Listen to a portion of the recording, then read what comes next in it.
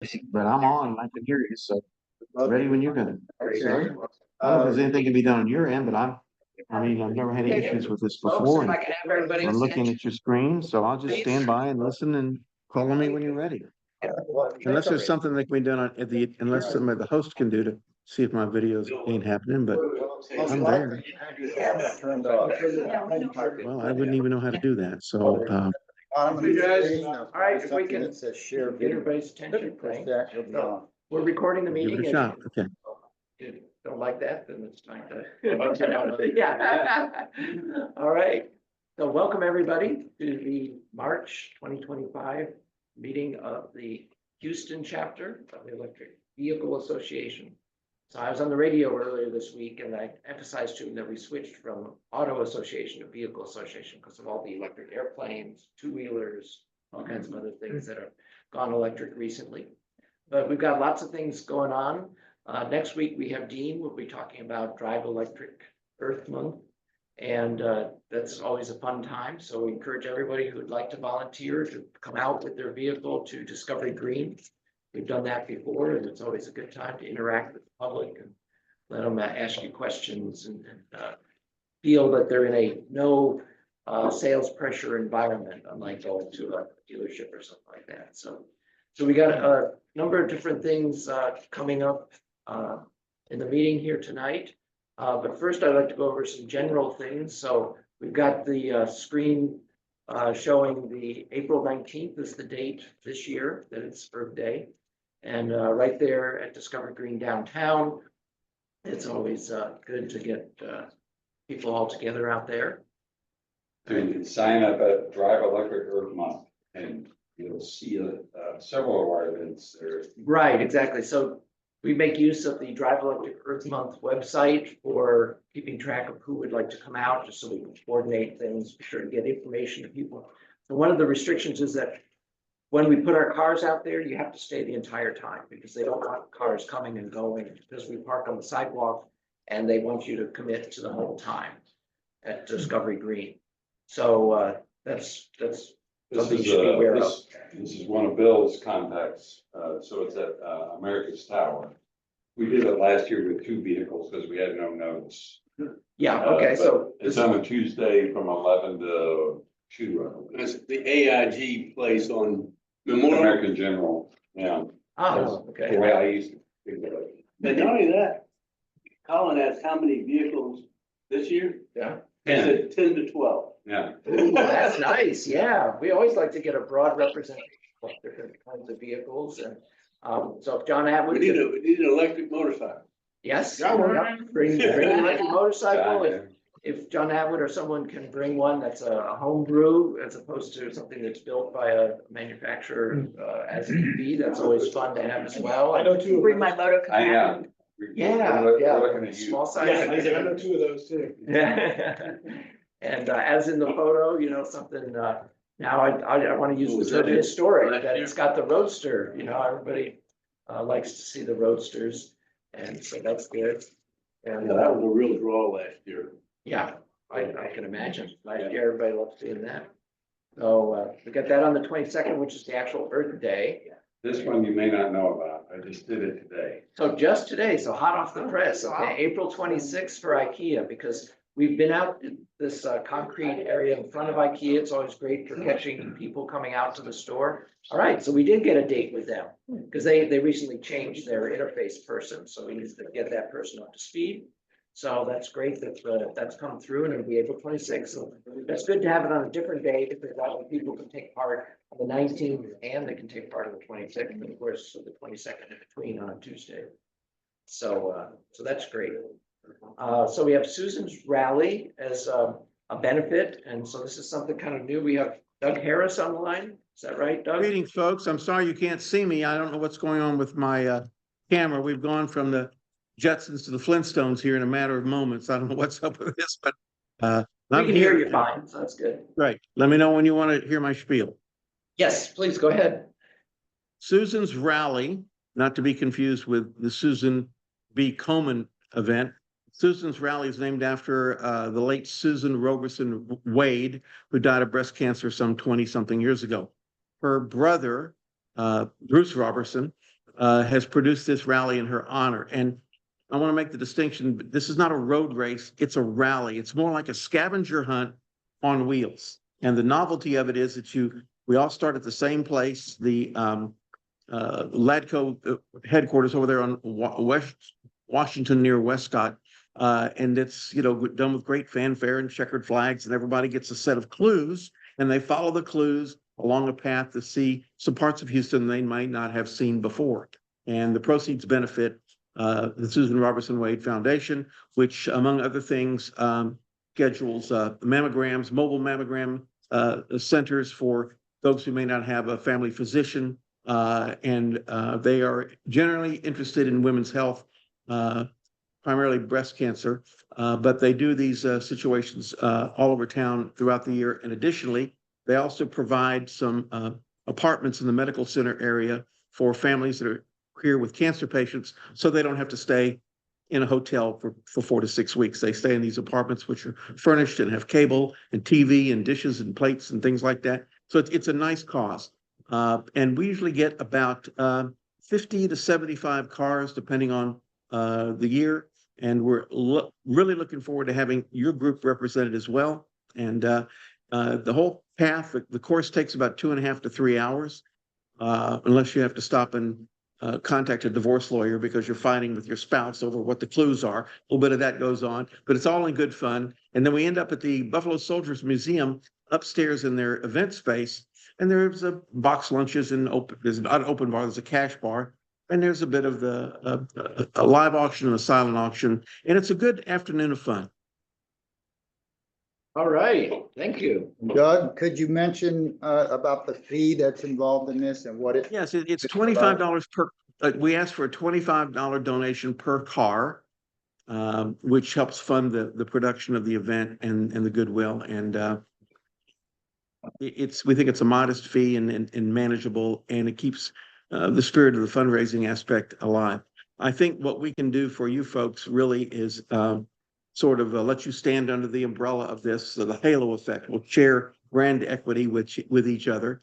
And we'll naturally want to include you in all of our press outreach, because this is kind of a novelty and we like that. And I think that people will want to have questions about your cars and things like that. And I think it's a good feel good all the way around. And it's you usually get great weather, and it's a great day when you're not under the gun, so to speak, to beat the clock to get there. You can relax and stop and see things. And the past themes, and I don't know what the theme is, we won't know till the morning of, but past themes have included museums in Houston that you may not know, like the National Funeral Museum, which is quite a trip if you haven't been. And one year it was movie sites, movies that were made in Houston, the different locations, the terms of a Dearman home, and the folks from I'm just drawing a blank, having a senior moment here, but so many. Brewster McCloud, what a horrible movie, but it was the first one made in Houston of any note. So there's a different theme. Bruce is a very lovely fellow, lovely man. He's been doing this to honor the memory of his sister and do some good. Pardon me. So I'll take any questions you might have. The rally website is reasonably, there's a good explanation of what's going on there. So this is a family-friendly event, and everybody. Oh, absolutely, absolutely. And I would say if you have a youngster who can spend 2 or 3 hours in a car without stopping for ice cream or potty, I think that would be great. I always stop for ice cream and potty when I'm driving. But yeah, there's nothing unsavory, or it's not overly political by any means, and there's no profanity. It is a family-friendly event. But keep in mind, if the kids don't want to ride in the car for 2.5 hours, maybe. So everybody in the car gets to go to the luncheon just for that $25 for one car. That is correct, sir. All right. Okay, Well, Doug. we're passing out some leaflets, and it's been mentioned on the Houston Electric Vehicle Association website as well. We may get lucky on some press in advance. So we would need a representative if we were able to get on CW39 or Fox or any of those folks in advance. To be honest, when something like this opportunity puts us together, again, I mean this with respect and admiration. you're the novelty here. You're the new addition to this because we've been doing this for 19 years. So this is exciting and an angle that puts us out in front of people again. And I think there's mutual benefit there. And we would be able to have signage on our vehicles identifying our group. Oh, absolutely.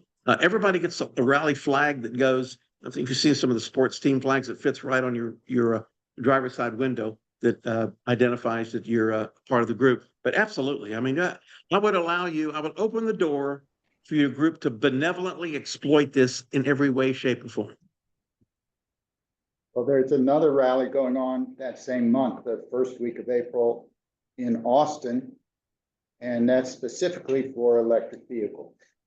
Very interesting. It's a free fun event that anyone who can get up to Austin, for a couple of days can participate in it. It's part of it.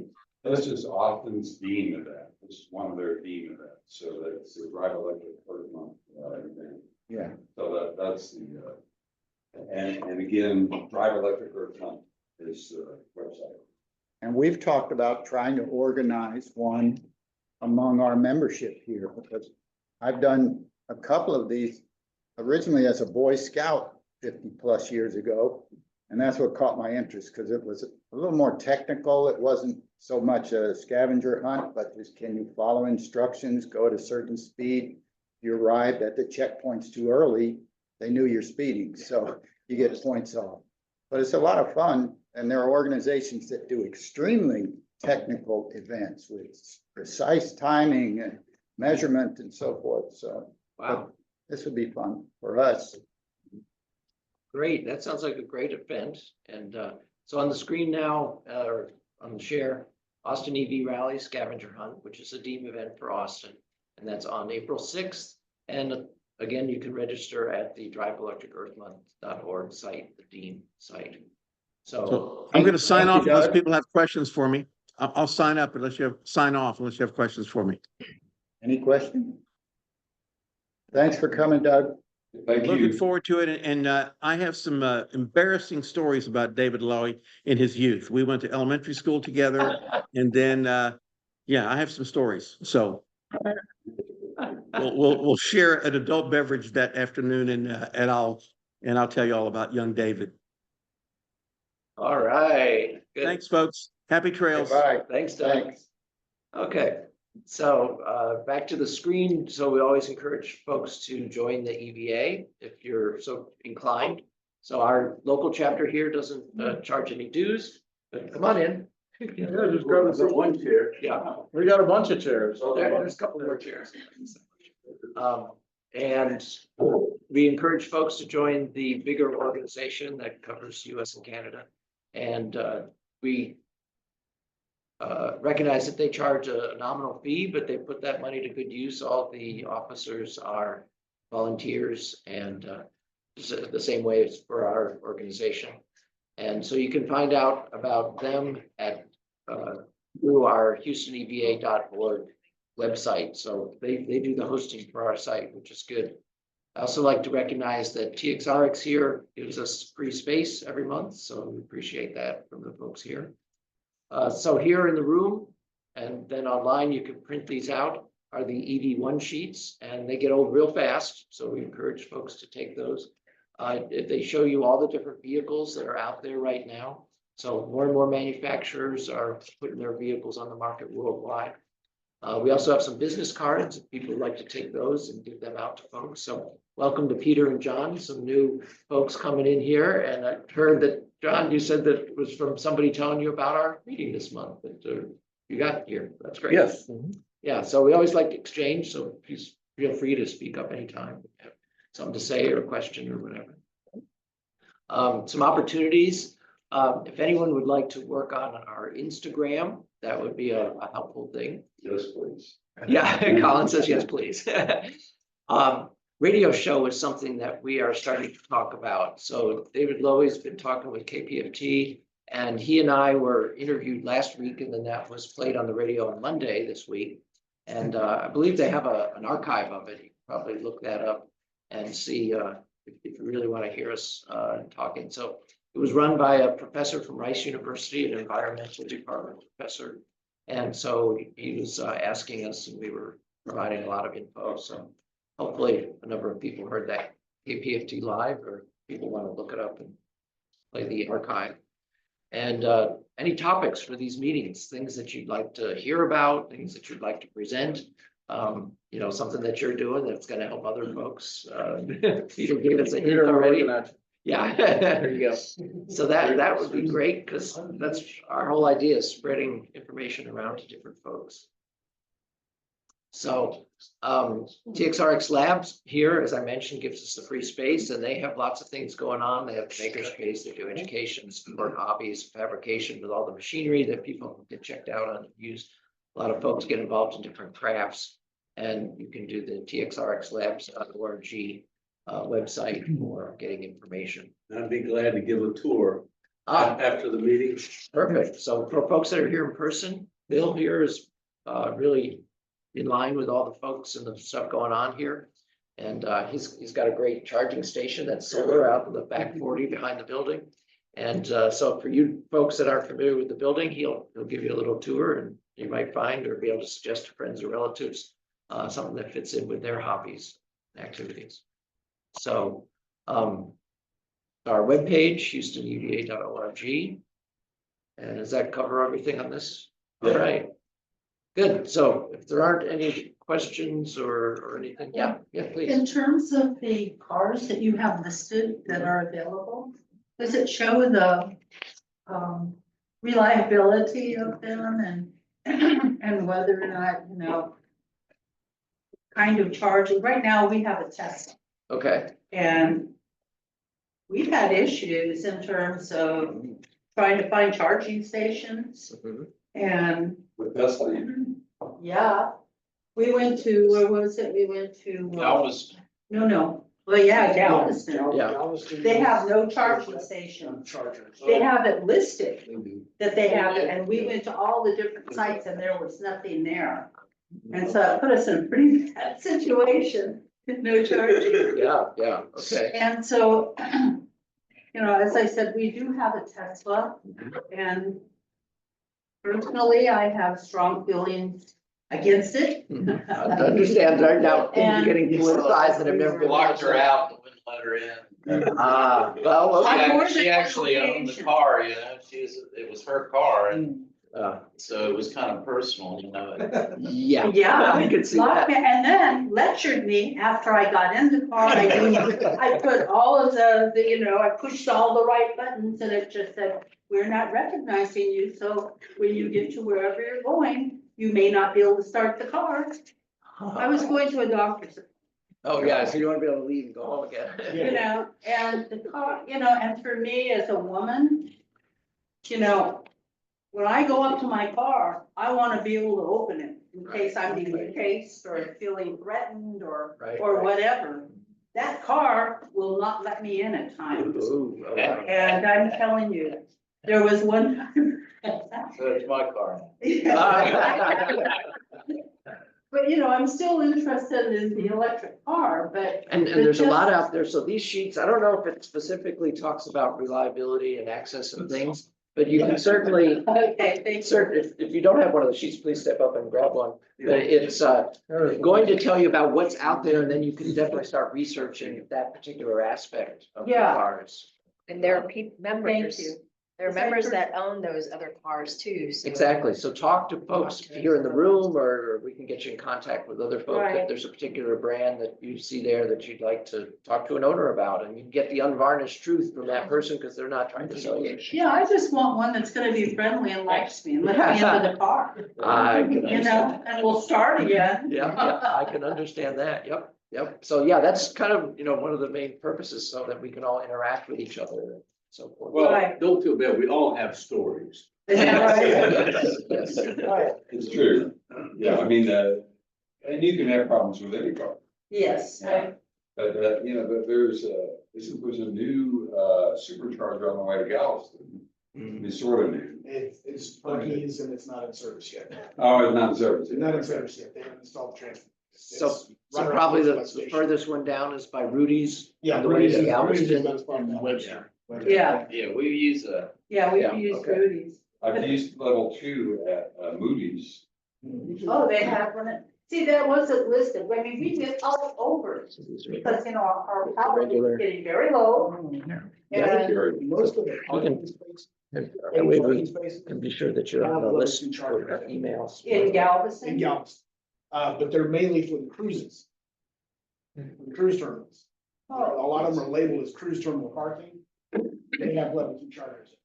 I see. Where the Starbucks is, Yeah, we've been there. yeah. We just didn't have the, Oh, you don't have the adapter? No. Okay. I'm sorry, you do have to plan more with Yeah. EVs, Yeah. but once you get used to it, it's nothing. Yeah, we also went to College Station. And, you know, once again, you know, well, we haven't been very far, you know, in our car. And it, you know, and it predicts, you know, it gives you, you know, it's got 300 miles or what have you. Right. No, no, it does not, Yeah. you know. Well, this can tell you something about planning a trip, see where to charge. Oh, okay. They do a better job, and College Station has a couple of superchargers. Yeah, and we charged there, but then on the way back, we needed to charge again.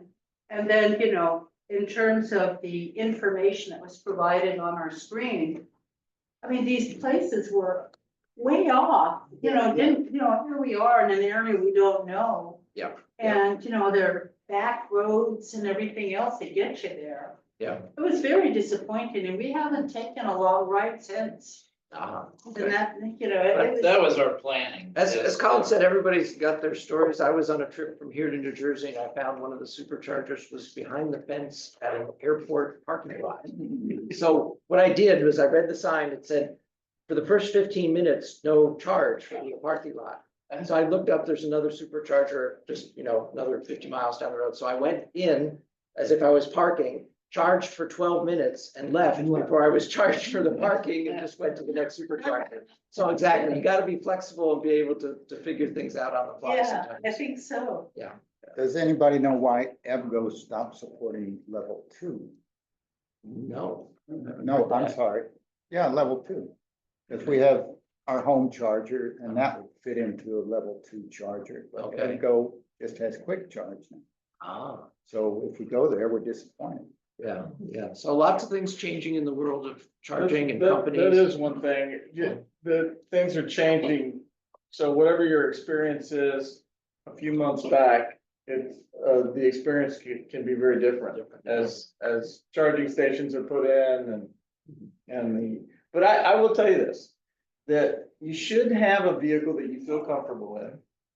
And even though we're EV, you know, pro EV group for sure, sometimes, you know, folks, they just don't feel comfortable in the vehicle, and you ought to get the vehicle that makes you feel comfortable, and And that's what happened. so, That's how he still has the Tesla. and He took it's, me out, and I mean, I love Miatas. I had a Miata for 10 years. My favorite car of all, I've had sports cars all my life. Mhm. And it was the favorite car. And we went out just to do a little test drive. And he bought it for me. Guess what? I got my own car now. Perfect, I love it. I always love a happy. We're the ultimate neophyte.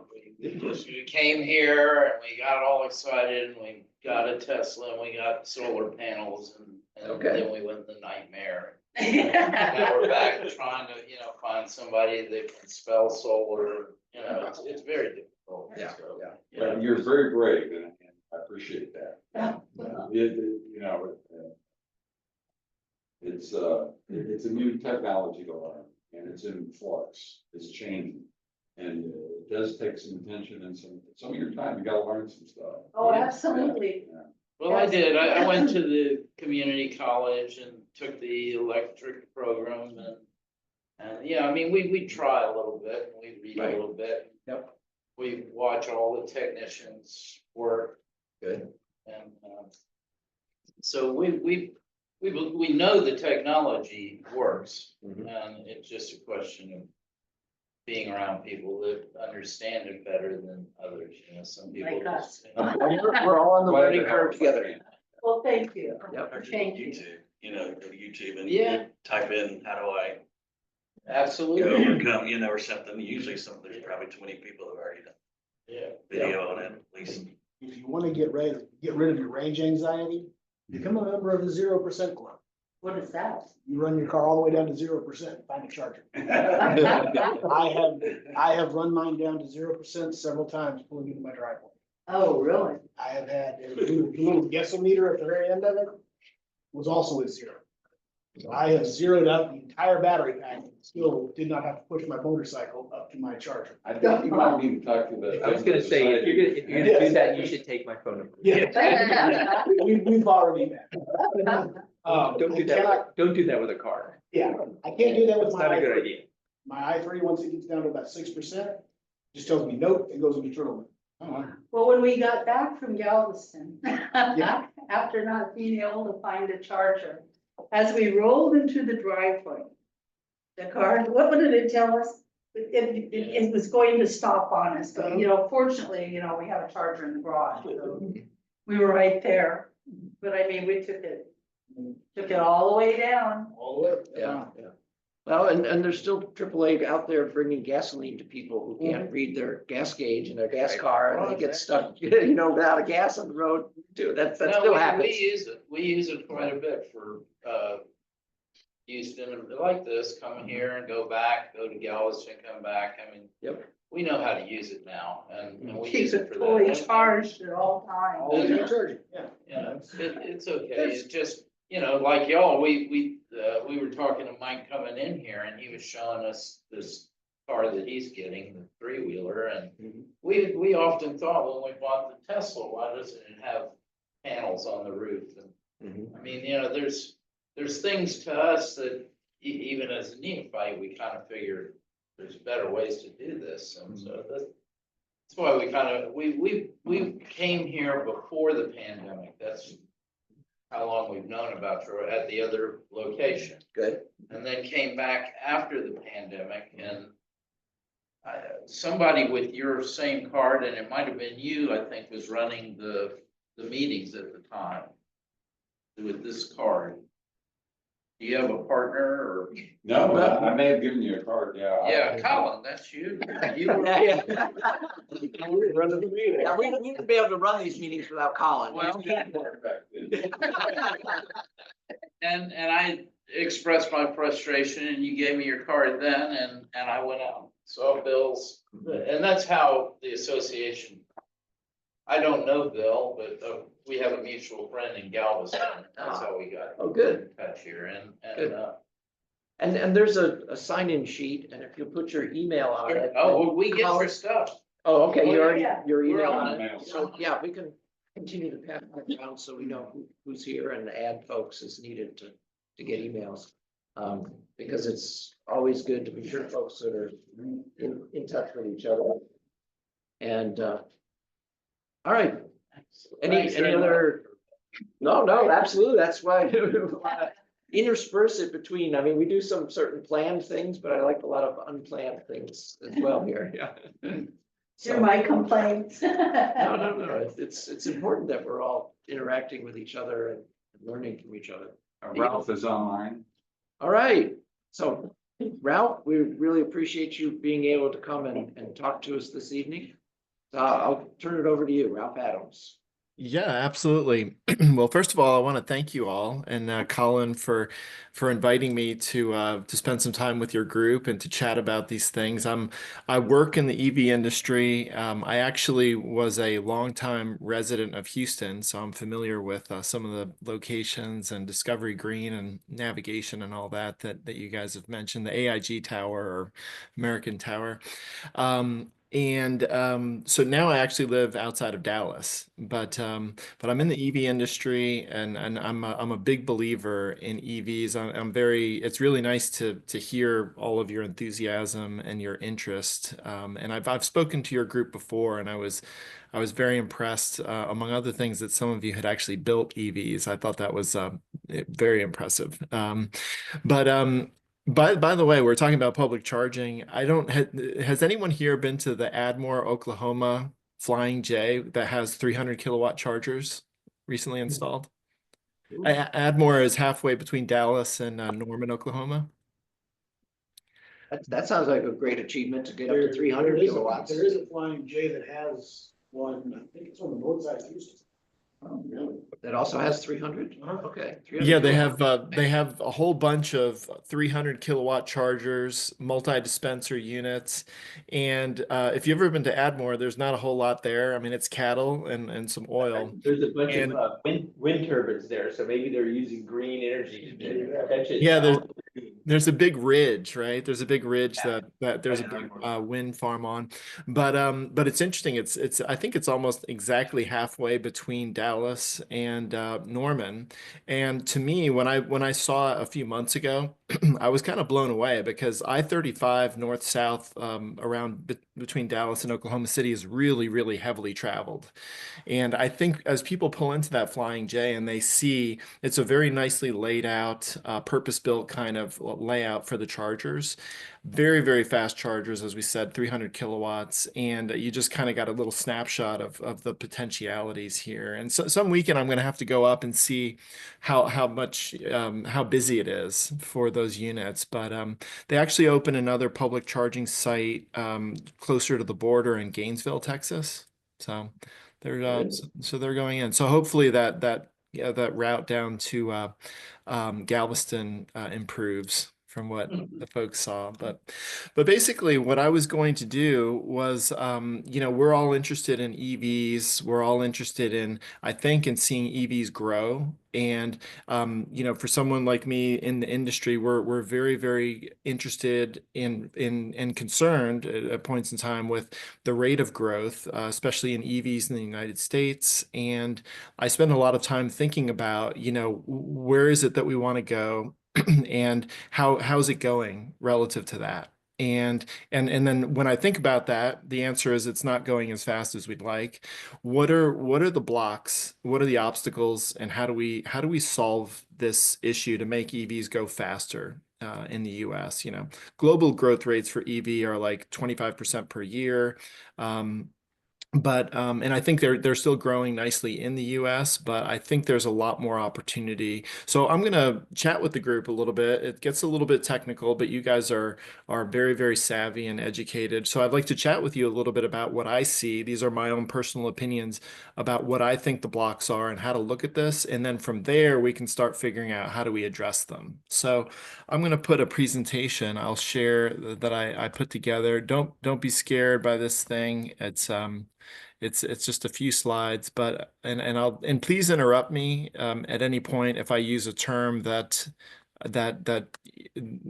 confusing or that you don't follow, and I Yeah, will. and if you're good with it, Ralph, if folks online can put questions in the chat, that's a good way, and that way we can read those. Sure. And would someone mind, just in case I miss any, would someone mind just flagging those if Yeah, I'll be watching that. Okay. Okay. So I've had the presentation on the screen here, and I'm going to talk about systems and kind of mapping systems that play a role in the EV industry. So, I'm going to be sharing some insights on this landscape for EVs. And it's my point of view is from someone who works in the transport electrification space, significantly focused on heavy duty electric vehicles, which I think is an excellent segment. And my background is in wholesale electric power markets. So the way I look at EVs is really like, what does this mean for the electric network? And I think the story is really, really good. I found this kind of interesting, this meme about we do this not because it's easy, but because we think it's easy. Okay, so a few people laughed. So this is part of what's kind of like in my observation in companies in the EV space, especially folks that might have done something in automotive and they're like, oh, no problem, we do this in automotive or we make that in automotive and we'll just go make it electric because we're the auto people. And this thing here is just it's meant to be a little bit thought-provoking. I guess this is a joke among programmers or something, but this is definitely out there because it's not easy because EVs are new. EVs represent change. And change is inherently challenging and sometimes upsetting and confusing. And then so I I really think of EVs as very, very disruptive, majorly disruptive to not only automotive interests, okay, that are struggling. They thought it would be simple. Other people thought it would be simple, but it's also disruptive to a whole bunch of other systems. And that's what I'm gonna chat with you about, basically some theories about other systems. This is a very busy slide, but basically, when I'm saying systems, I'm talking about entire networks that an EV ends up interacting with, and to either make them happen or to make them fuel up and to do it efficiently. All these actors in these blue boxes on the left, everything from EV customers, automotive manufacturers. There are charging technologies and software providers that are also layered in into this technology. Certainly electric utilities, they're going to be they are the fueling agent for every electric vehicle. There are regulatory bodies that basically that tell utilities what they can and cannot do. There's a whole slew of policymakers because EV is very, very tied to policy. If you think about the federal credit for electric vehicle purchases, and there's a lot of policy behind that. There's also state influence because certain states have programs or lack thereof as far as different states have different appetites and desires to support EV. So states are an important system that's involved here, and those roll up to governors. Then you have NGOs or non-governmental organizations, and they're very mission driven, and they're about engagement, and they're also very much at the table trying to craft policies that help technologies like EV. And so basically, what's going on from my perspective, to get projects to happen, you need to bring together quite a few of, if not all of these stakeholders that they have their own views of the world and they have their own ways that they work. And in the past, for example, the auto industry, the US automotive industry, like Ford, didn't really have a whole lot to do with electric utilities because to the utility, Ford looked like any other significant, maybe industrial plant user or office space user of electricity. But Ford didn't have any particular links to utilities. But what happens now is, as they're trying to make vehicles that are electric, they're starting to think about electric utilities, and they're trying to think about, because from Ford's perspective, they think about, we want to make one model of vehicle and we want to sell it in all 50 states. And the problem is that utilities are state driven, are regulated by their individual states. And they want to set up a very consistent experience for their customers, regardless of if they live in Alaska or Massachusetts. And so the electric utility piece, which is the fueling entity, say in the home, becomes a thing that Ford is thinking about. And how do we create a consistent experience? So, okay. The key thing about these systems that I'm trying to highlight is that you need these systems to work together, with the EV customer and an automotive OEM and an electric utility, for example, in order to make the charging experience a good one, and so people can fuel their vehicles. So another thing that is out there as an issue that I see is there's actually, and I touched on it a moment ago, there's a lack of inter-industry knowledge. And I crossed that out and I said, actually, what I want is understanding. And because Ford didn't really deal with CenterPoint Energy in the past, they really didn't have much of a relationship beyond, say, if Ford had an office or a plant in CenterPoint's territory. Examples of workaday things that come up where I'm saying the reasons why, things I observe where understanding is a problem, is that, I've seen situations where people bought chargers and were buying electric vehicles, and they basically, the chargers were delivered, and on that same day they called the utility to tell them, hey, we'd like to plug these chargers into the network.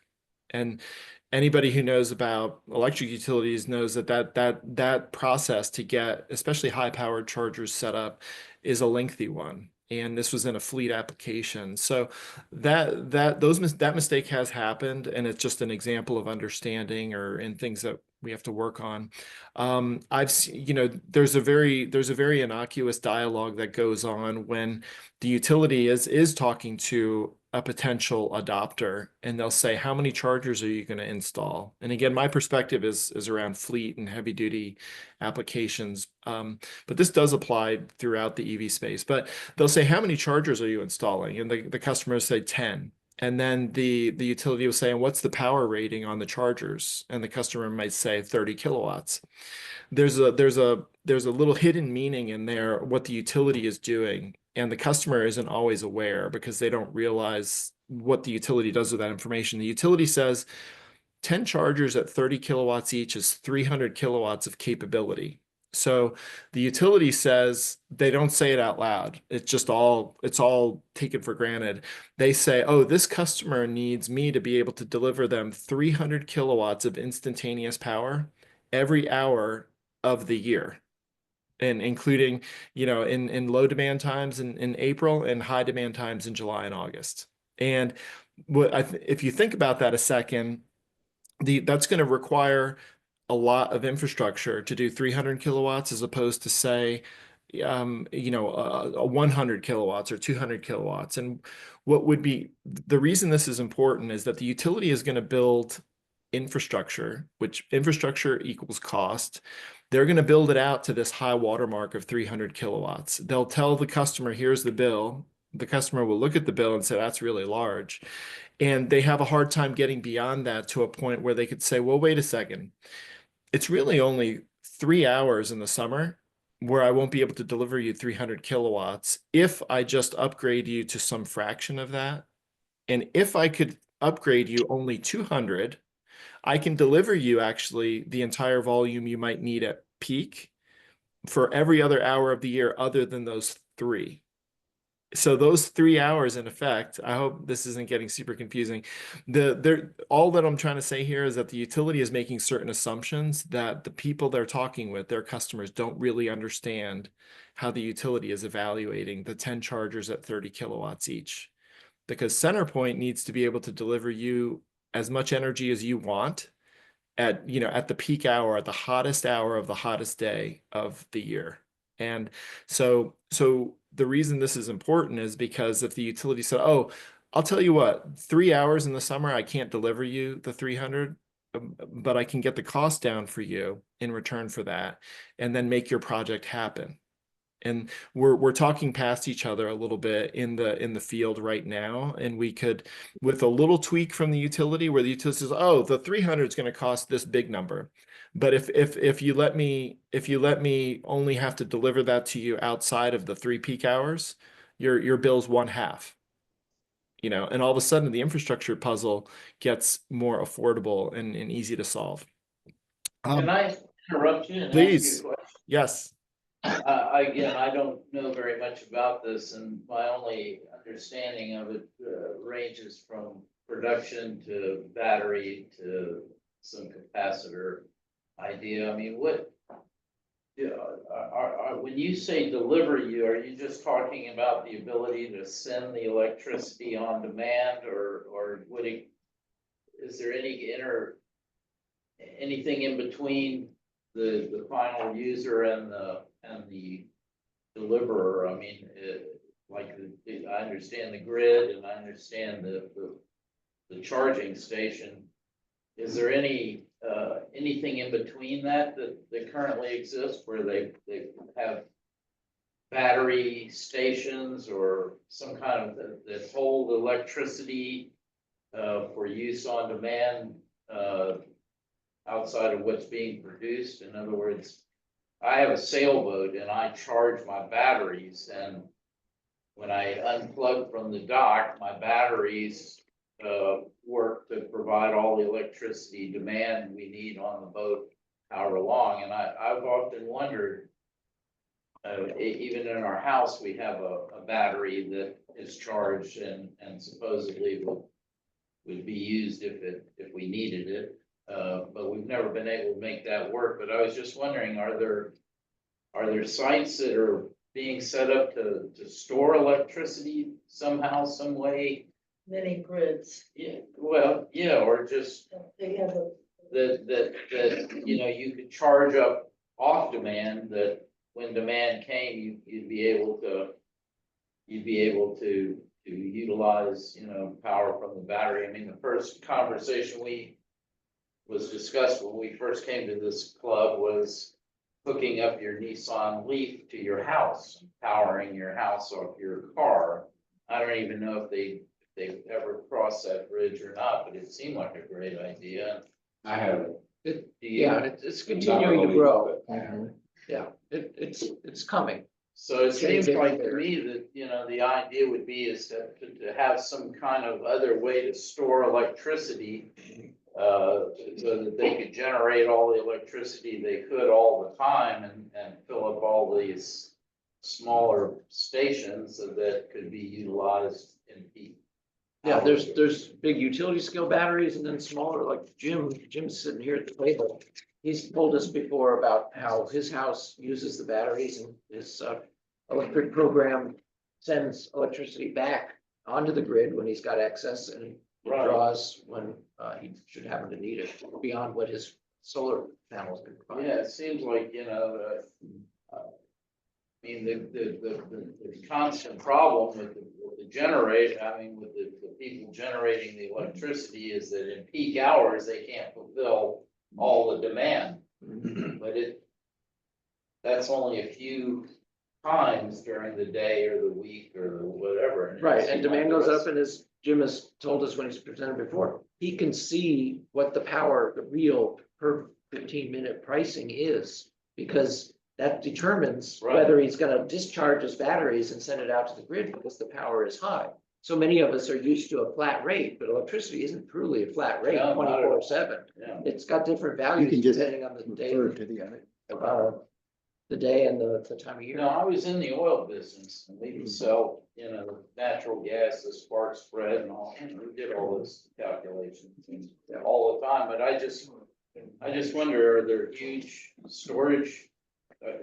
You know, Utility scale battery. The answer, I Yes. think, is not quite, but these things are being worked on. Actually, there is storage being developed and it's growing tremendously. But I think Ralph, we'll let you continue. You're kind of saying what the symbiotic relationship between these systems is at present, and where they need to go, so. Yes, yes. And one point about the storage, you know, electricity is different, say, from oil, from crude oil, because you can't store it in a meaningful way, at least not yet. Oil you can store, electricity is generated and consumed. It's strange, but in the same exact moment. And so that's weird. The physical properties of electricity are different. But storage is growing. In Texas, it's growing a lot. In Tesla Powerwalls, I mean, I think the Generacs, which I think are growing up for resilience significantly in Texas, are another form of storage. Developers that are looking at this very problem that I have about this 300 kilowatts, they're saying they're getting the bill from the utility, and they're saying that's a really big number. And they're saying, can I add a battery to this site and install the battery and forego utility upgrades in order to self-supply? They're doing that math and they're actually doing projects on that. So people they're thinking about how do we get costs down associated with all of the infrastructure that the grid needs to upgrade in order to accommodate electric vehicles. And the next one here is our goal is to eliminate, and I didn't want to even say it because I don't like it, but I've been in situations where people have said, electric vehicle interests have said to people who operate diesel trucks, they've said our goal is to eliminate diesel. All diesel. And the reason that there's a little lack of understanding in that, because you end up freaking people out as you start talking about, like, you know, it starts to feel really threatening, and if people have technicians or employees. So that's another example of the understanding. It's fascinating because, you know, I come from the electric industry. we always knew electricity is a low engagement commodity. And it's super interesting because, you don't wear electricity. You can't really brag to anybody about electricity, except if you're like a super, prosumer electric person. And so anyway, people spend very little time on electricity, even though we all like super rely on it. But we also don't tend to know much about how it gets to us, how it's generated, how the grid works. A lot of Texans probably don't realize that TXU Energy and or the old Houston Power and Light. There are a lot of people didn't realize that the market had even deregulated and that they'd broken apart the energy generation and the poles and wires. Okay, moving on. So another issue that I observe is that there's a lot of focus on what I call the widget. Like the widget's the invention, the electric vehicle or the charger. And what I'm trying to show here is that on the far left of this continuum, you have an invention like that's engineered and has a design and a spec. The auto OEMs, are manufacturing the vehicles. Way on the right, you have customers actually purchasing them or hopefully purchasing them. And there's a whole set of interactions that happen between the vehicle's manufacturing and then somebody actually being able to use it and purchase it in order to accomplish, say, transportation. All those pieces in the middle, from policymakers to regulators to states to utilities, they all play a role. I would argue, in fact, everybody on this call that has an electric vehicle, you are relying on pieces of that chain having happened. And you guys are very ahead of the curve and you're intensely interested in EVs. There's a whole lot of people that are not innovators and early adopters that if all that stuff in the middle isn't done right, they're going to just lag and they're not seeing enough uptake. They're not seeing enough neighbors that they can talk to and see and look and, feel the vehicles and watch them performing. They're not interested. There's a lot of the market that's not interested in innovation.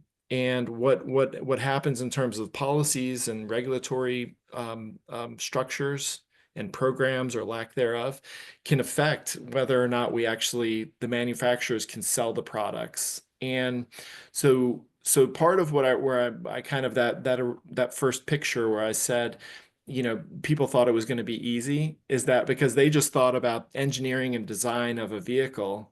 And then they didn't really realize, oh my gosh, the utility actually, and you're telling me every state has essentially its own utility regime because every state determines and regulates its own utilities. The federal government does not regulate CenterPoint Energy, and the federal government does not regulate Austin Energy or Southern California Edison. It's all individual states, and that's a real problem because every state can have a different view as to how they do electric vehicles, right? Since they're all going to be fueling from utilities.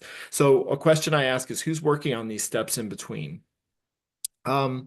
This is a very, very busy chart, but where I'm going with this is that we have to think about the systems that are involved here if we want to make this change happen. We have to consider each system, and that's what I mean by empathy. Like empathy is an understanding.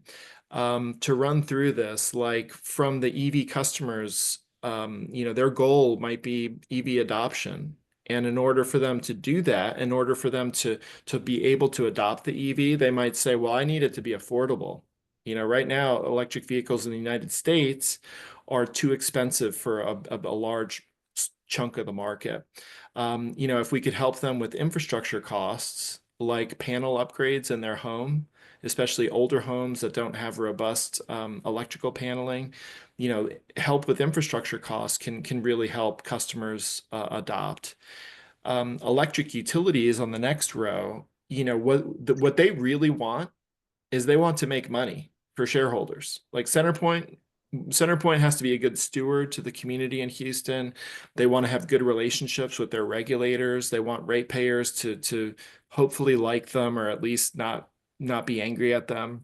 But they want to invest capital, build electric grid, and then they earn a return that their regulator blesses, like 10 or 11% on the money that they invest.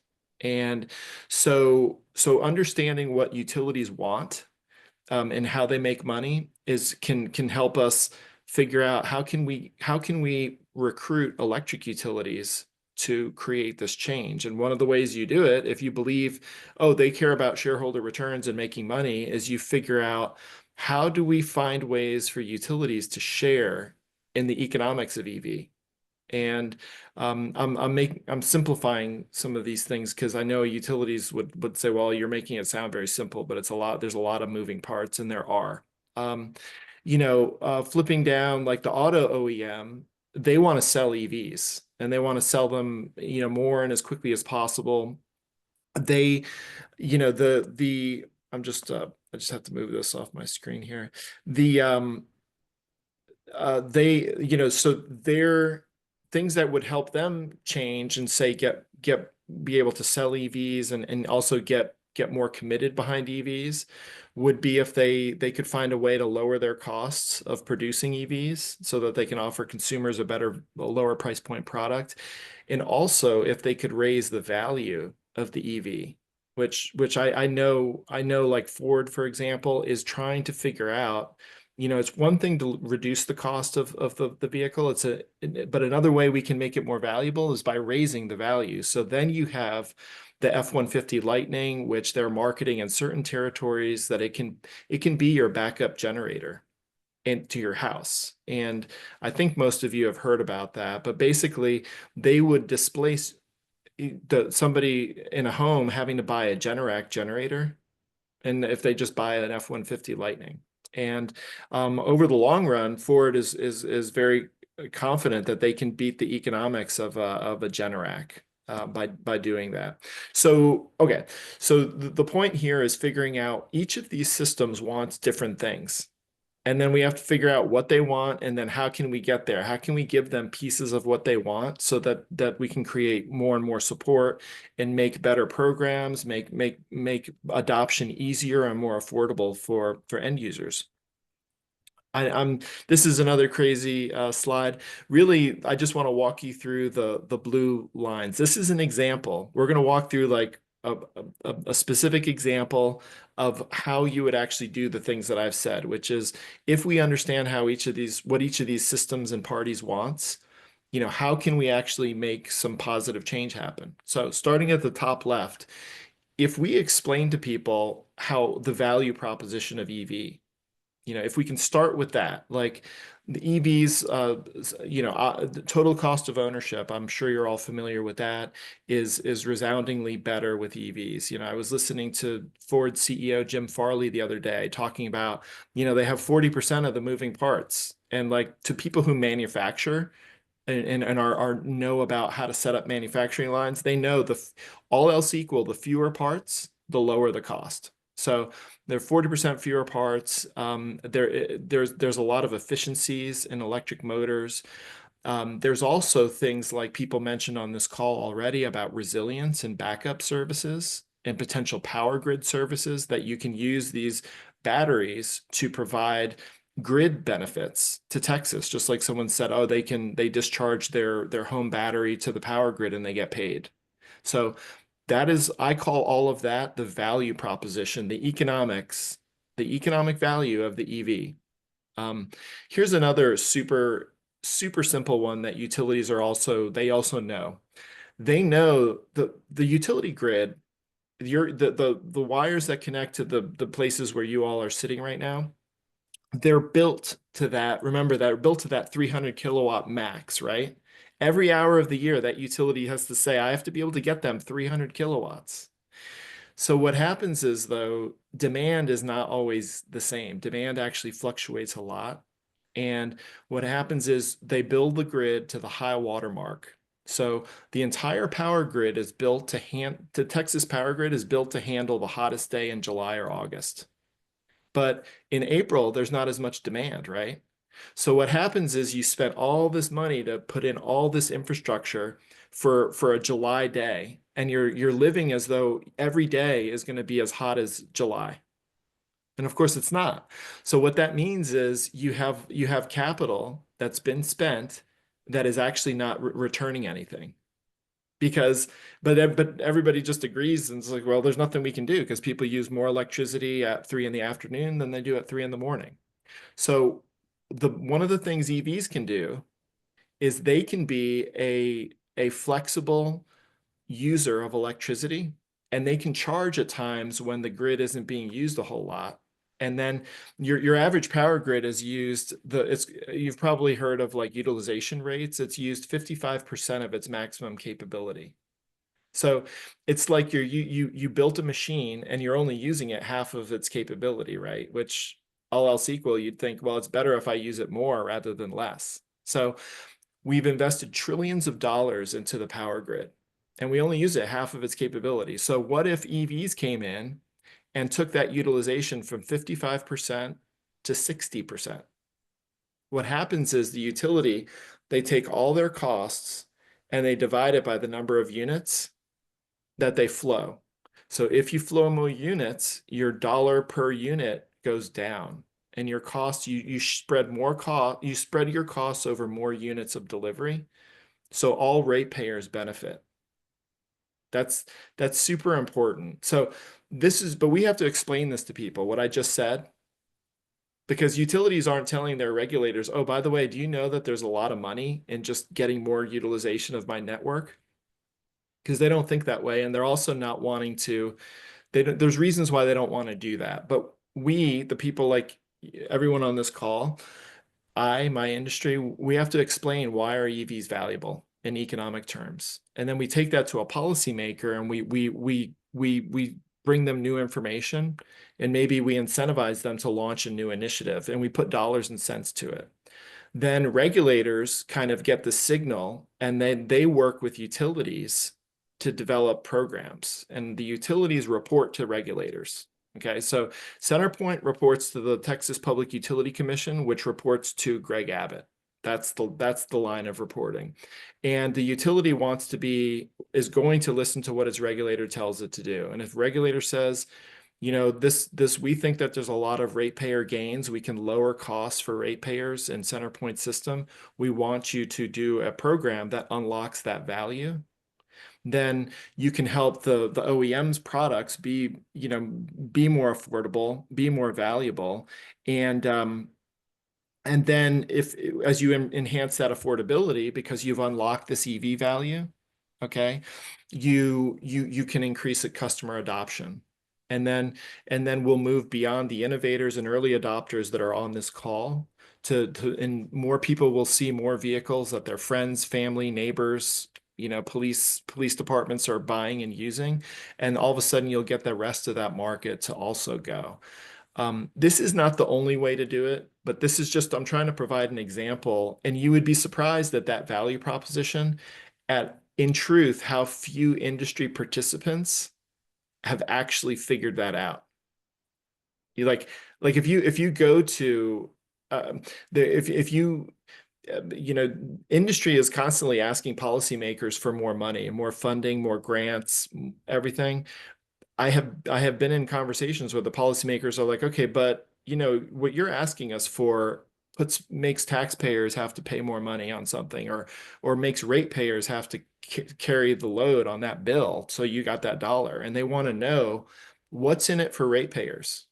So if we help you with $1 of investment supporting EV, they want to know what's the benefit for ratepayers. Like, are you getting $1.20 back for ratepayers? And that, it sounds kind of simple, but the industry it needs to do a better job at explaining its value proposition, quantifying what Ralph just said, taking the utilization of the system from 55% to 60%, because EVs can charge overnight when you're using less electricity. So this is just an example of how to get some leverage. Okay. Let's see. Okay, closing thoughts. So, EVs are inherently disruptive, and they totally alter the status quo of systems that none of us can change on our own. If you think about it, the utility system has never been accused of being fast-moving or innovative. And in fact, nobody wants the utility system to be fast-moving or innovative. They just want it to work. They want it to be stable. But EVs are disruptive because they're not used to charging them. The first thing we need to do, though, to make change happen is to understand these systems at work and how they see the world and what they want. because again, we can't just tell the system what to do, but we can't tell utilities, we can't tell policymakers.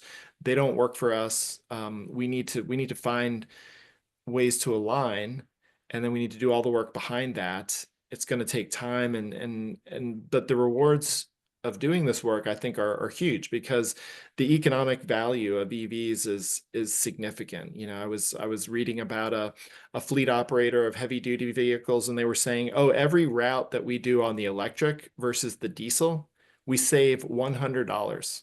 So every single day they operate the truck, just that, and that one truck saves $100 of fuel. I mean, so actually the prizes for the United States, I think, are really, really large in terms of adopting a more efficient and better technology, but one that today is too expensive and needs some work. So anyway, so well, I hope that was interesting or helpful to you all. I'm happy to take any questions. I know that was a lot, and I appreciate you all, listening to me. And but I hope it was helpful, if just kind of understanding maybe that the different stakeholders that are part of this process and their importance in terms of getting the things that you guys want, that I want, that the EV industry wants. And Oh, it was very interesting, all the things that you brought up. I mean, I've heard for a long time people saying, yeah, the CEOs of all these electric utilities, they grew up, they obviously became CEO after, a lot of years of experience, and all their decades of experience, it was, very slow growth. Let's just keep the same thing going on. And some people said, well, it's going to take a generational change of the people running the utilities in order to get more innovative about putting batteries into the system and things like that, having bi-directional power flows. Because of course, for the decades that they worked their way up to CEO, they only saw the power go one way out to the houses and the companies at the end of each line. And so to get them to think differently, it really will probably take a generational change. And well, and I think part of my argument is that if we care enough about it, and if we work enough on it, and we listen to what these people want, like, because I told you that little story about how this regulator, we were in front of this regulator saying, oh, you guys took away all that money on like helping infrastructure get paid for. That's a real problem. And then the regulator was very thoughtful, very nice with us, and said, well, what would really help us is understanding every dollar we give you, what do ratepayers get back? And that was a very, very fair question. And one that I think I am always talking to my industry, the EV industry, about. We need to answer that question. And if the answer is spend $1 with me and I'll give you 80 cents back, then we all need to go find something else to do. But I don't believe that's the answer in any way, shape, or form. Just the sheer efficiencies. I mean, generating electricity, like creating, combusting fuel in every single vehicle so that you can operate your car. Think about the efficiencies of if you actually combusted the fuel, or created the electricity at a centralized plant. I mean, it's like, what's going to be more efficient, a Honda generator in your garage or a 1,000 megawatt, parish plant near Sugar Land, Texas? Your heat rate, you're going to be a lot more efficient in that centralized plant rather than having little plants, each small engine with a higher or a lower efficiency rate. yeah. I have a question. Hi, Kevin. Ralph, is your experience talking to utilities? It seems to me that there is a value proposition to them from one of the things that you said, which is sell more load. They find load. This is what they do, right? They're going to produce electricity. They're going to build the production infrastructure. The distribution infrastructure gets built so that they can deliver more. And that's how they're getting paid. Is your experience that they're not really getting that, or are they looking at EVs as a load, except they haven't really figured out how to monetize it and maximize their value to it? What's your experience? That's a great question. You know, so I was on a panel in Austin last year, and we were talking about this whole idea of like if you can increase throughput on the network, everything you're saying, Kevin, you know, can we, you know, that's valuable to the utilities. And the I was one of the members of the panel was from CLECO, which is Central Louisiana Electric Cooperative. You know, and they, I had mentioned the point about the economic benefit. CLECO said that they had studied the very thing I was talking about. And then somebody in the audience asked CLECO, like, hey, you know, what you guys were talking about all those economic benefits. And CLECO, you studied, you know, if EVs at scale in your system, were all those upgrades, did they pay for themselves? So again, what the benefit was more throughput, which is more money to the utility against the cost of all the upgrades to get there, all the, you know, additional poles, wires, transformers. And it was very interesting because the CLECO engine transmission engineer said absolutely paid for itself. So that was super interesting. But to your point, Kevin, no, they different utilities have different awarenesses of this. Like if you think about, you know, PG&E, which is the big a big utility in California. Patty Poppe is their CEO. She's former auto executive, and she talks all the time about, well, you know, if we can get more throughput, we can get rates down for ratepayers. And it's not just ratepayers that have an EV, by the way. This is like golden. It's every ratepayer. So your EVs can be helping people next door that don't have an EV get lower rates. That's like a great, like people should want to hear that story.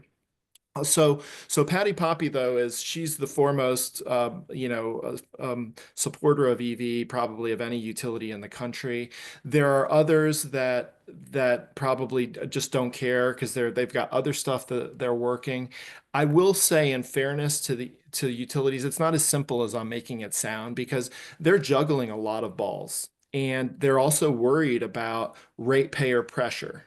And they even though they make money from investments, they can't just willy-nilly go out and invest in spurious type projects or meaningless projects because there's a group called the Ratepayer Advocate. Every state has a ratepayer advocate. It's often the Attorney General, and they're always hammering the utilities on costs. So the utilities will hear these things. They'd say, well, but Ralph, you know, but you're talking about adding all this cost and you know, that's just we can't shock ratepayers with all that money. And some of them, you have to understand what they're doing. Some of them would be like, well, in truth, I'm digesting solar. I'm still working on that. Or we had that, you know, arcane accounting thing where I was like recouping some depreciation and I want that to roll off. It gets complicated, but I talk to industry a lot about trying to figure these things out and trying to help utilities and bring them workable solutions. That's another thing. The EV industry is always asking for like help and handouts, but they're not always bringing a solution to the table. That, that's bad news, but it's good news because it's like, oh, there's stuff we can do to make this go faster if we just tell the story in a way that policymakers care, right? They didn't want to hear just, can I have another dollar? They're like, tell me where the dollar, what happens good for ratepayers, you know? It's yeah.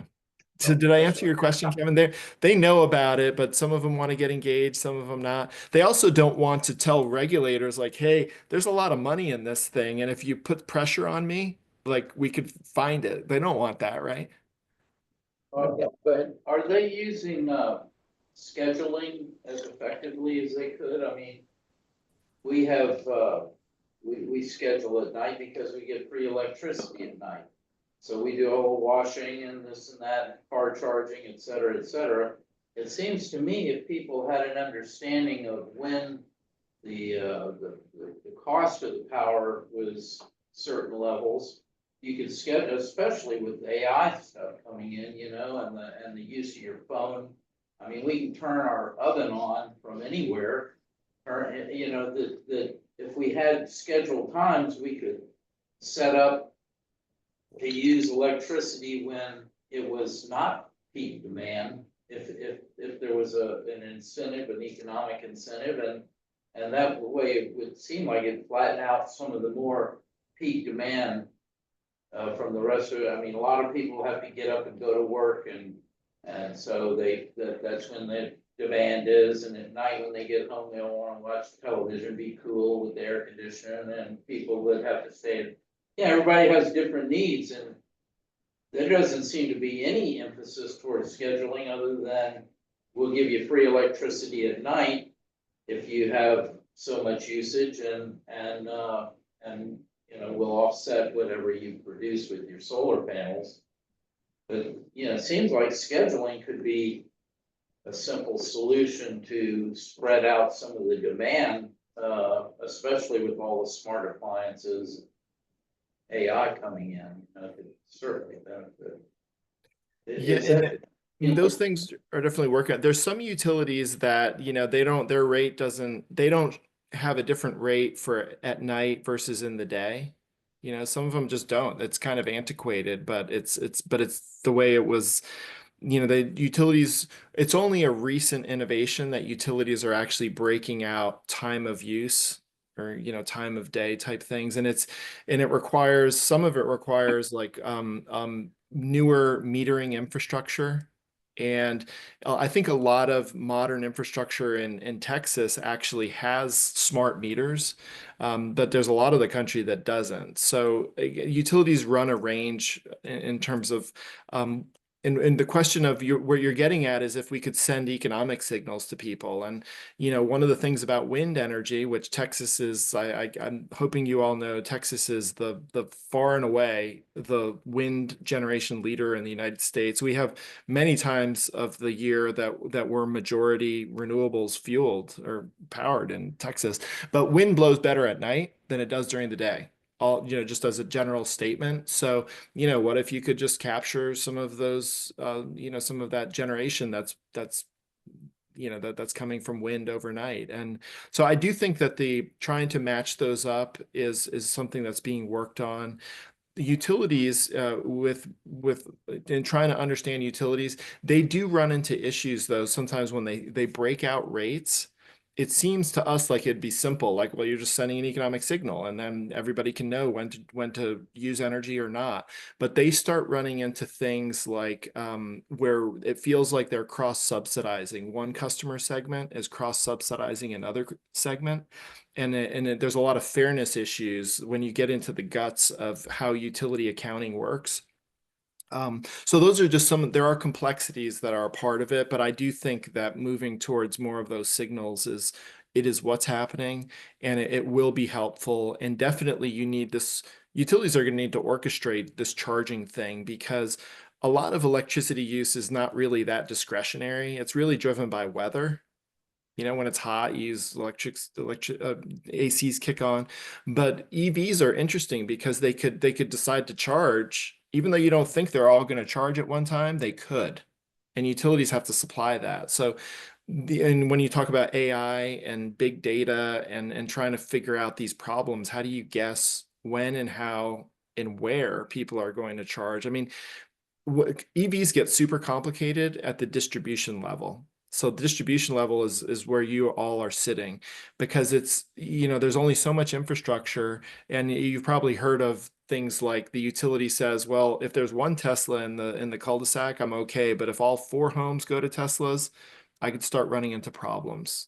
It gets very complicated. That's something that these reps have to look at and so forth. And maybe Jim will have a comment at the end here, but just at the end of last month, I switched to a new retail electric provider.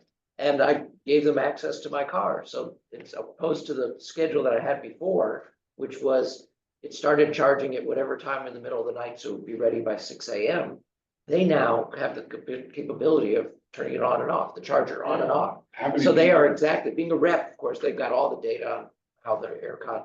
How many people in this room charge at night? On purpose, yeah. Yeah, when you can.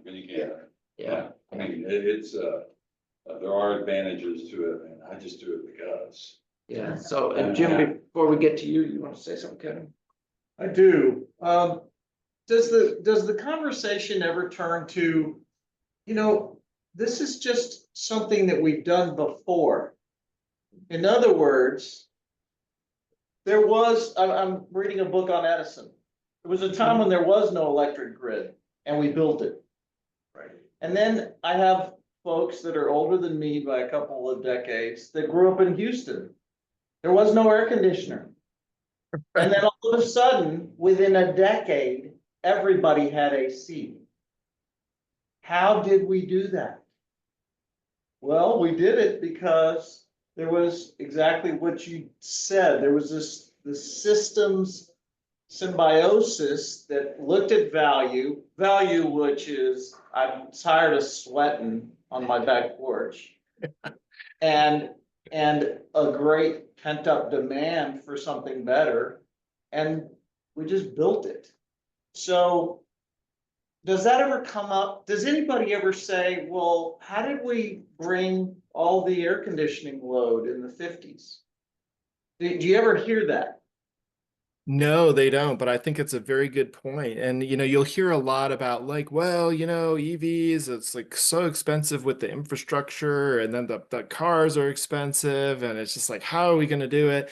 But I'm sympathetic with what you're saying, Kevin, because I'm kind of like, well, your job utility is to build infrastructure, isn't it? So like, come on, like this is what you do, right?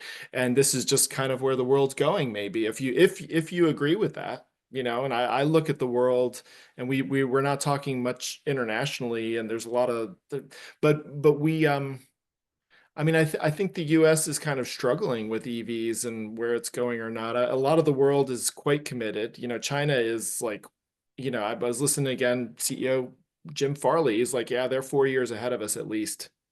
And there's a lot more to this EV puzzle than just what's going on in the US, and there's a lot at stake here. Like if we need to modernize the grid and infrastructure anyway. I think we could probably make arguments like that. Like stuff needs to be, you've probably heard of the stories of there's like a 100-year-old wooden pole in the electric network in your area, or you sometimes hear about that. There's really aged infrastructure.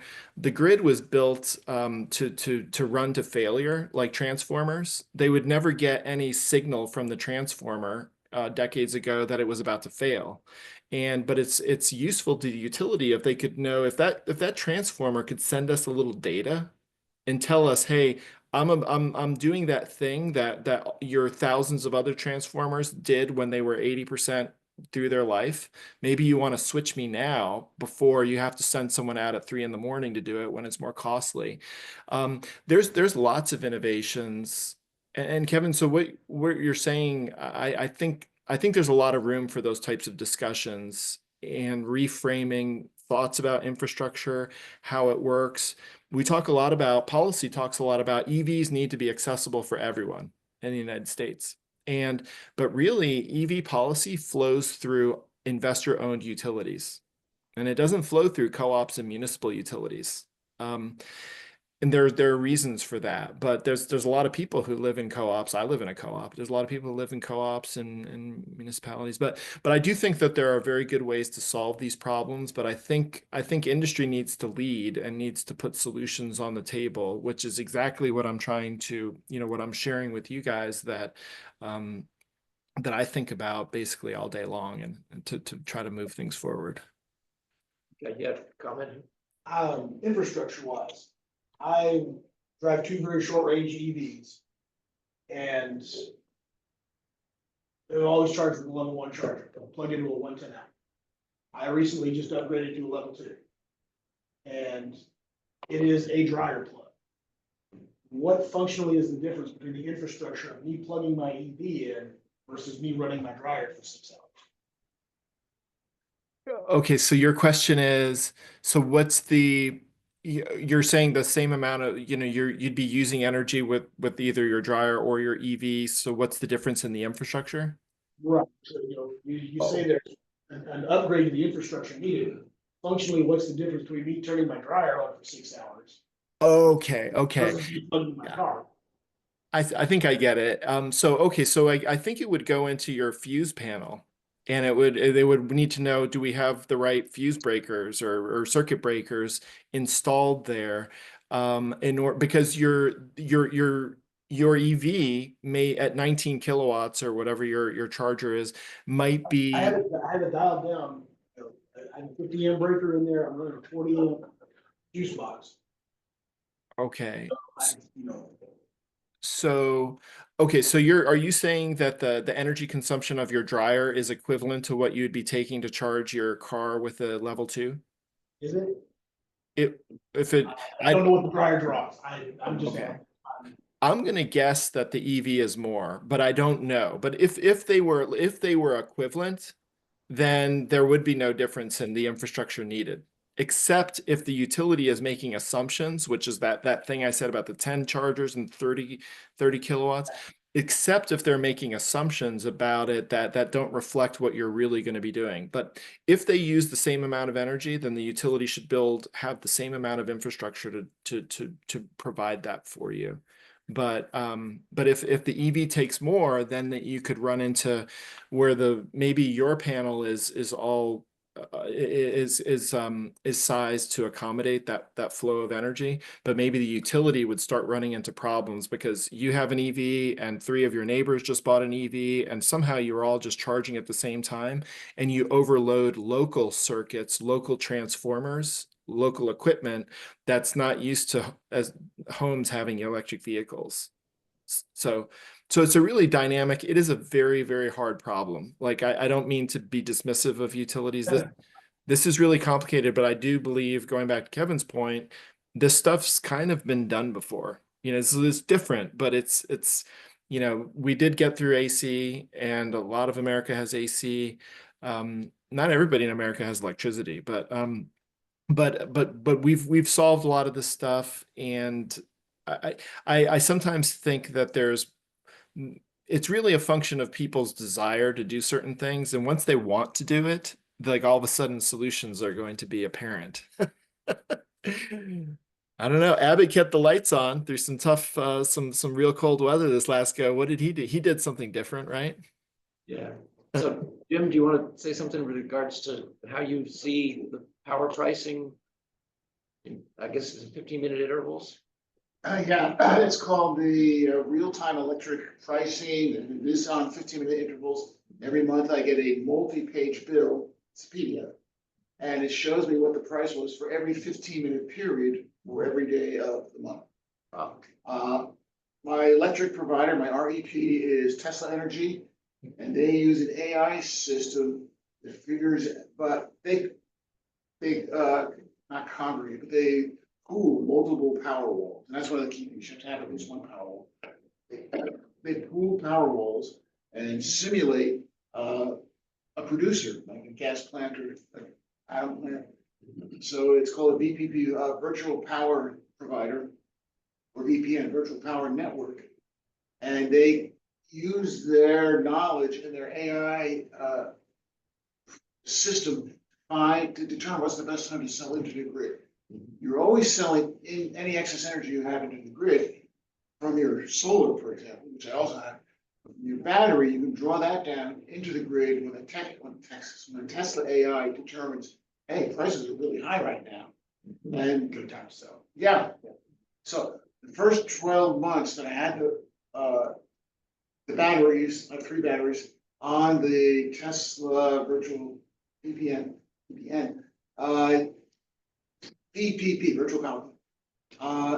I had one really fat month where my electric bill was negative $485. And that carried me through the whole year. So by the end of the first 12 months, when I added up every month, my total electric bill was $18.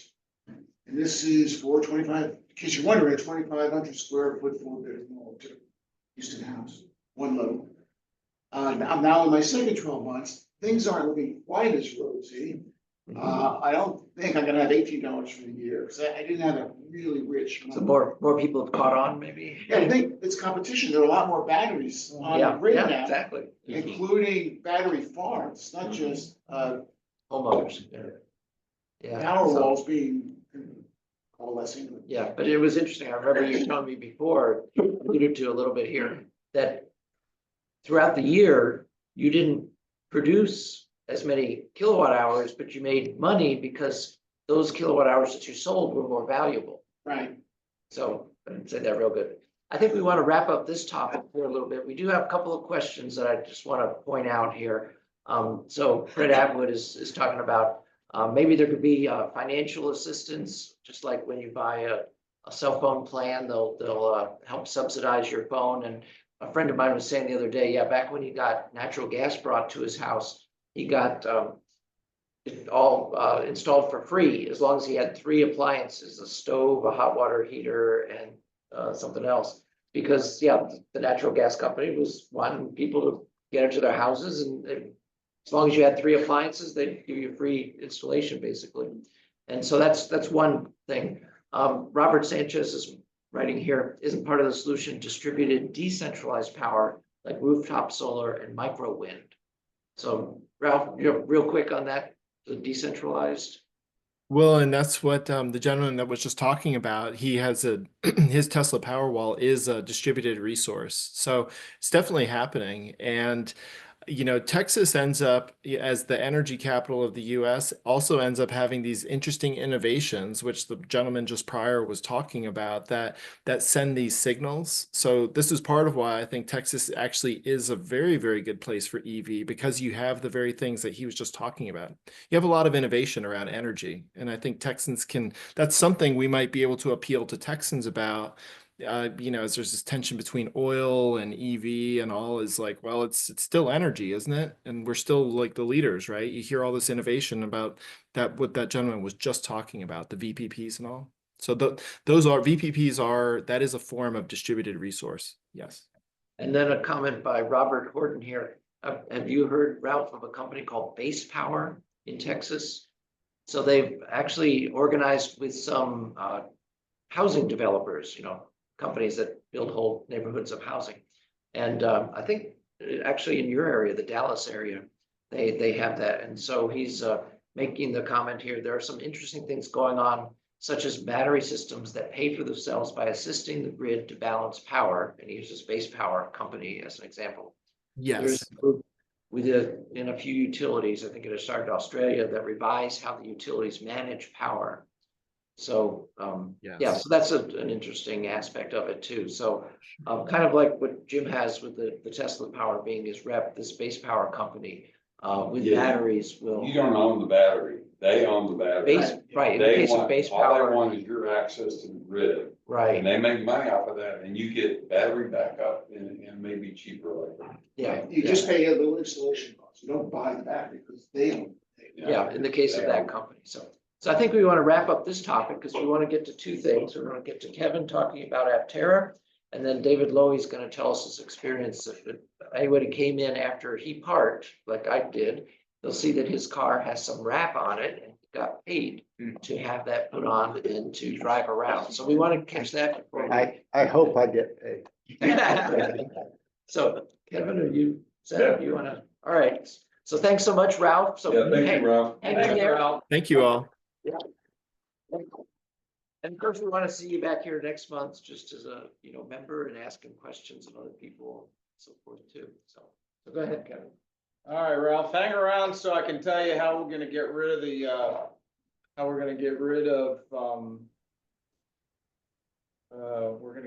utilities. Okay, we'll do. Absolutely. I'm staying. Thank you. All right, so I've been asked to talk about, let's see, am I sharing? No, let me do that first. All right. Hold Ralph, on. did you stop Oh. sharing? Share. Takings. Yeah, I'm no longer sharing. There we go. Yep. Should have brought mine, So, my diecast, no. jealous. So I'm gonna talk about, I'm gonna give an update on Aptera, but I was interested in, John's got his CES. Did you go to CES? I wish I had been able to go to CES. Very good. Bought the shirt, but I didn't make it out. Okay. That is who- nice. I hadn't noticed the Who shirt. in the group Yeah. doesn't know about Aptera? And I'm talking to the people in the room, but I'm also talking to those online. So do we have anybody in here that doesn't know about Aptera? So there's Jim, you don't know about Aptera? Oh, I do. They Oh, sold you- Kia once. Okay, I don't. Peter, okay. So there's 3. Who else online? Just unmute and say it. I've never heard of Aptera. Okay. Anybody else? So there's 3, 4. So I was tasked with giving a little update on Aptera. And I'm gonna play some videos, but basically Aptera is a company out of California that's building a 3-wheel, 2-seat exercise in efficiency, which is this vehicle. When you start thinking about how can I move people around as efficiently as possible in a vehicle, you're going to talk about aerodynamics, you're going to talk about weight, and you're going to talk about rolling resistance. And so, as you can see from this vehicle, it is shaped very much like what maybe an airplane would be shaped like. And it's only got 3 wheels because you can get rid of 25% of the rolling resistance by going from 4 to 3 wheels. And it's made out of reinforced carbon plastic type material that is has weight and strength ratios lighter than aluminum and stronger than steel. And the trick is to come up with a production process that reduces the cost or gets an equivalent cost for strength and weight of comparable methods. Because it's not just about building a one-off, which you can do for millions of dollars. It's about building a bunch of these, tens of thousands, 100,000 at a cost that's competitive. So let me start off with a video. And hopefully the volume will listen.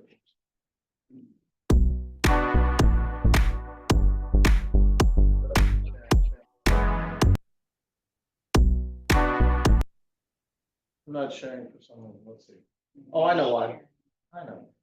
I'm not that good at doing all this. He's got Emma right there. And he knows everything. He knows how to do it.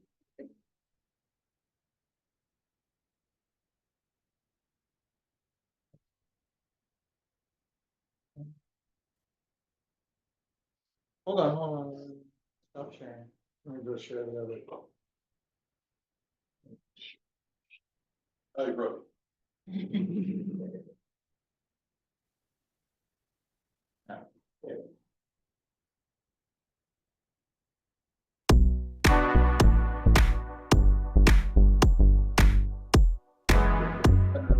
This might be columns.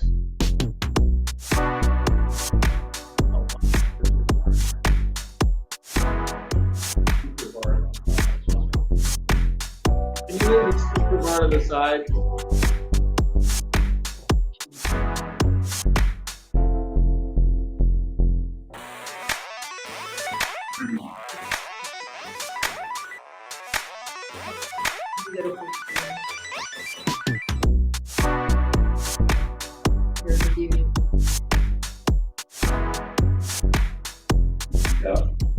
Top right.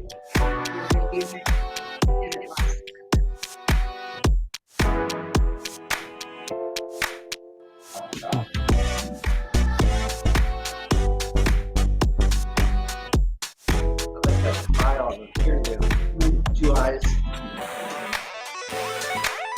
Solar panels, 40 miles a day of range.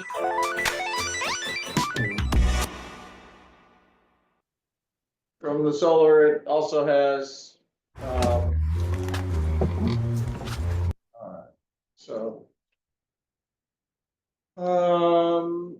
this next video is going to introduce the vehicle.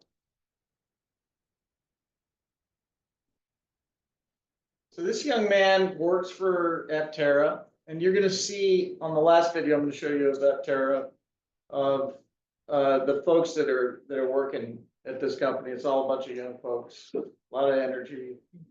This is what happens when you put efficiency above all else in transportation. It's called Aptera, and it's the world's first true solar-powered EV. It's designed to go 400 miles per charge and get up to 40 miles a day from the solar panels. Today I'm going to give a complete overview of the Aptera Solar EV, But to start, let's talk about aerodynamics. As you can see right here, this vehicle looks like nothing else on the road today. This vehicle uses 1/10 the energy of a traditional sedan to go the same distance. And that all explains why it looks so crazy. It's because it has really aerodynamic properties. So you can see how the air just flows around, it even flows around the front wheels as well.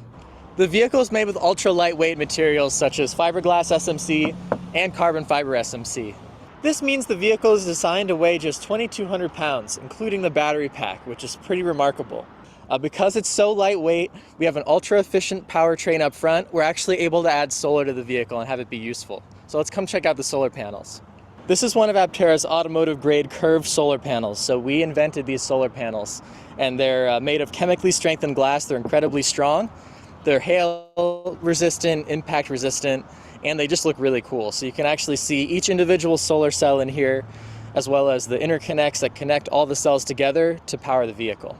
That's constantly charging the battery, even while it's parked and while it's driving.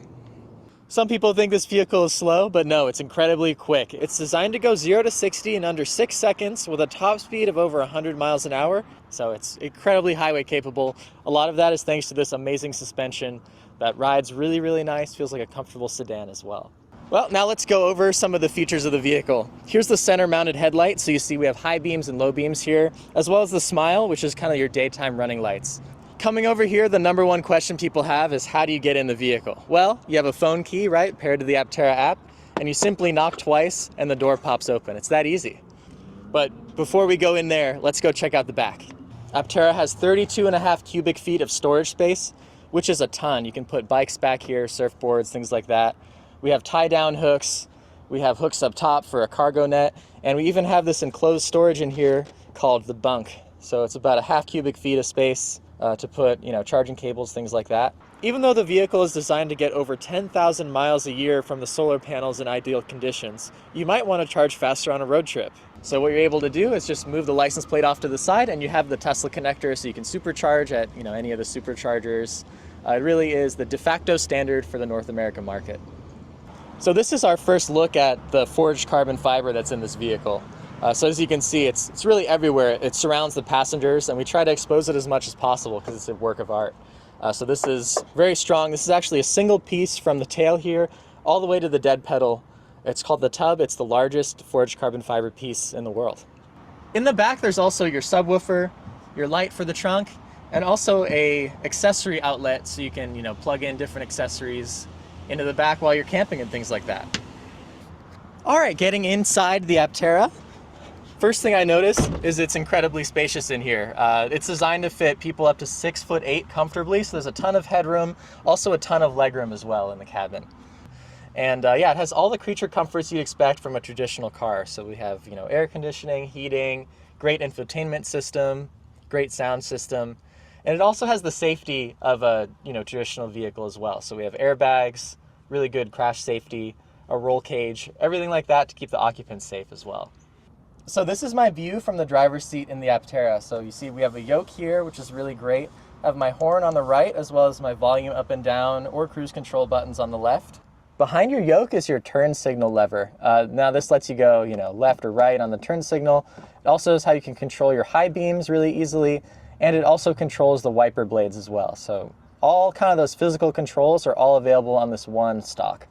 Behind the yoke is a vision system. So this lets you see left and right of the vehicle so you can be confident when you're changing lanes. We also have a reverse screen as well, so you have a perspective correct view of what's going on behind you. Now this is the infotainment screen. We have a whole separate video on how the infotainment works coming out really soon. But as you see around this is your AC vents. So not only do you have vents here that you can move and adjust, but you also have vents on the side. So you can have your side, your defrost, front defrost, and of course, down at your feet, there's also vents. Over on the passenger side, you can see the passenger airbag. This is where the driver airbag is going to be. And as well, this is our document holder. So it lets you, put in your registration, insurance, and things like that right there. Now, moving over to the center console, you can see, it's really nice armrest. There's some side storage here to put things. Also kind of like a coin shelf here to put more things. And we have 2 cup holders, one for a larger drink, one for a smaller drink. And then in here you have 2 USB-C ports so you can, route them up and charge your phone or other electronic devices. Right when you open the driver door, you can find the windshield washer fluid. People always ask about service and repair. One of the things we really care about at Aptera is making the vehicle easy to service, easy to repair. So one of those things is, how do I put my air in these dang tires? Well, let me show you how. There's just a lever under here, push up and swivel. It's that easy. And now you have full access to, take the tire off if you needed to, or to just put air back into it. It's that simple. Inside the wheel pan, you can see the upper and lower control arms, the drive shaft, and the steering rod. It's really nicely packaged to not have a big hit on efficiency. So that's the Aptera Solar EV. It has a long range and gets free energy from the sun, meaning you might not have to plug it in for months or even years.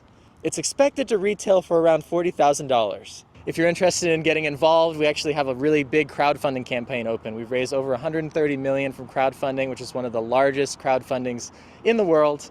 And it's what has gotten us to these validation vehicles you see here. And yeah, we're just really excited about the year ahead. So be sure to leave a like, subscribe to the Aptera YouTube channel, and stay sunny.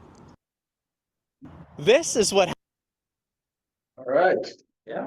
So there's your, Why do I have to talk about it when they got all these professionals doing it?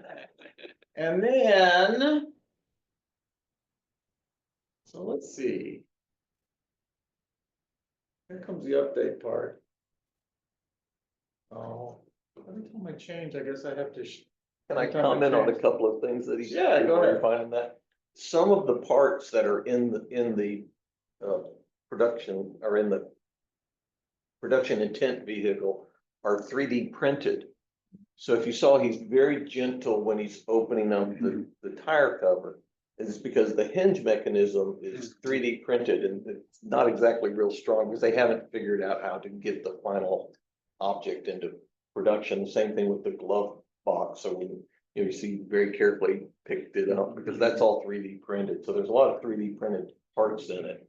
And so they have to be real careful to not break 3D printed. So I was gonna talk a little bit about that. Where they are is they're at what they call production intent vehicles. Production intent vehicles basically have the geometry of the production vehicle. But, and that goes for all the pieces of the vehicle, but the manufacturing processes are not production yet. Because if you're gonna make 12 production intent vehicles, all of these phases of vehicle development have different goals that they have. And so with these vehicles, they're trying to make sure that everything that they've put together in CAD was actually gonna work. And then you can make small adjustments. So as he said, some of these parts are done with 3D printed. However, on some of the production intent vehicles, they might still do 3D printing, but they'll do metal 3D printing, for example, so that they have the strength of the part because that's what they're trying to test with that particular vehicle. But that's not what the production part is going to be made like. It's, it'll either be cast or it'll be forged. Because if you're making 12 parts, you can do 3D printing, which has a pretty high cost per part. But if you're going to do 100,000 parts, you're not going to do 3D printing. So that's where they are right now. I wanted to put up some of these numbers. Colin, if you can get rid of that side. Upper right. Yeah. Their patent portfolio. I want to talk about their patent portfolio because Aptera is kind of a technology developer. There's a lot of value in that for this company. That's why I'm interested in it. They have 34 patents that are in process. If you go to patent firms, they will give valuations on that intellectual property. But the big thing I wanted to get across is that there's not just value in this company in the vehicles that they're gonna build. They've actually done the solar panels, which are different, like he described, they're curved, they're impact resistant. They've developed the actual production process to make them so that you can make them in high volume. They've got several material patents, certain cooling and heating patents for the vehicle, because the vehicle's different than other vehicles, drivetrain patents. So they've actually started to make agreements with other companies for them to use some of their technology. And there's a startup company that's making pickup trucks and utility vehicles that's going to use Aptera Solar. Isn't Lightship? Oh, Lightship.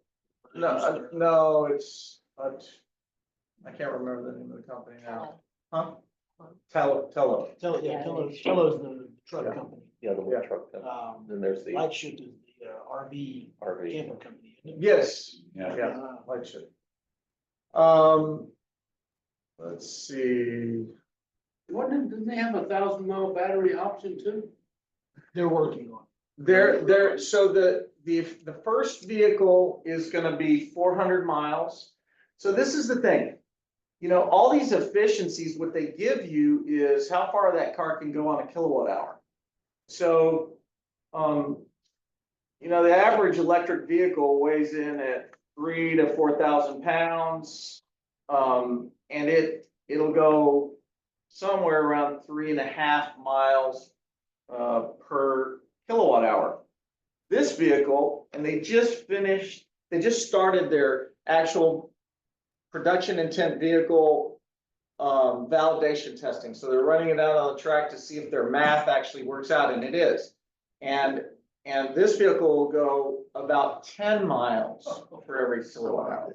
So it's going to go 3 times the distance. So what does that do for you? It actually allows you to go the same distance with a smaller battery pack, which is lighter. It also allows you to charge faster.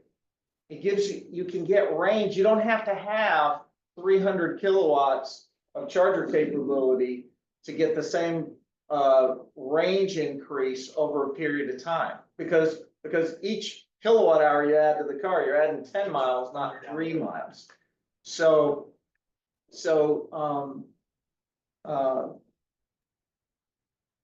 let's see. So anyways, the vehicle, I lost my train of thought, but on a progress, they are in the process of still raising capital. They need and it's less than 60 million because they're continually raising capital, but they need 60 million to finalize their production tooling. So they've had the facility for a long time. They've figured out how to put the facility together. They've bought some of the tooling is already done, but to finalize all of the tooling so that you can manufacture the car in its entirety, they're still working on that. And so they're still looking for funding. Their estimates are that they'll start delivering vehicles at the end of this year to the beginning of first quarter of 26. That's good to hear. And let's see here. Let me play a little last video. Stop sharing. They're on the stock market too. No, they're not on the, they have not started they haven't done a public offering yet.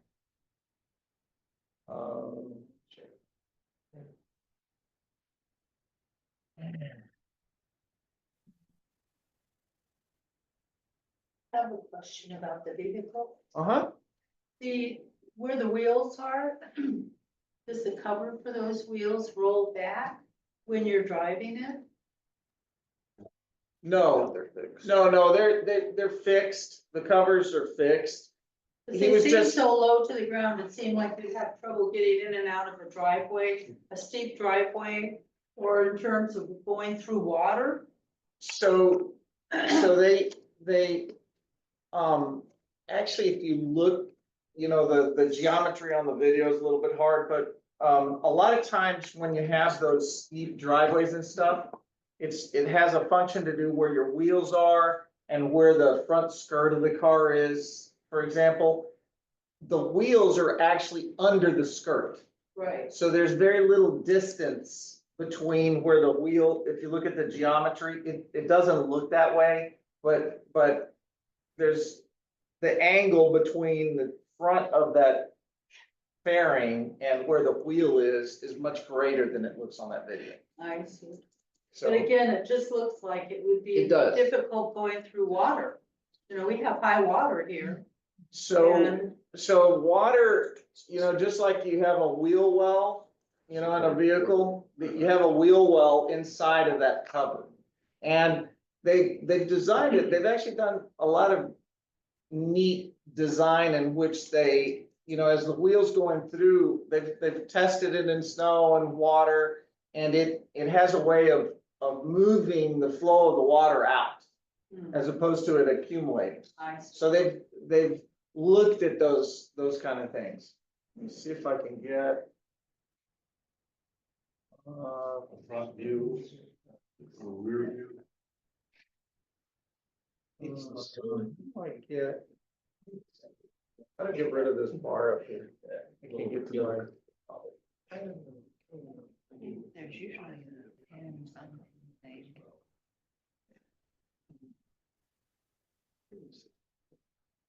I don't know how I got that bar up there. It's only on your screen, it's not. I know. But he's It's trying to nothing on my get you. computer. But if you move You your guys- browser. we Nice to see everybody. Yeah, see you next month. I gotta go fix I'm the the same thing. oil sensor on my Harley, so. Oil with that. Good luck. Thank you. One last, Bust some knuckles. Exactly. one last little video. We have a vision. A vision of a future that runs on sunshine. A future that gives us all greater freedom Endless opportunity for adventure. and the ability to connect with people and places. Far and wide.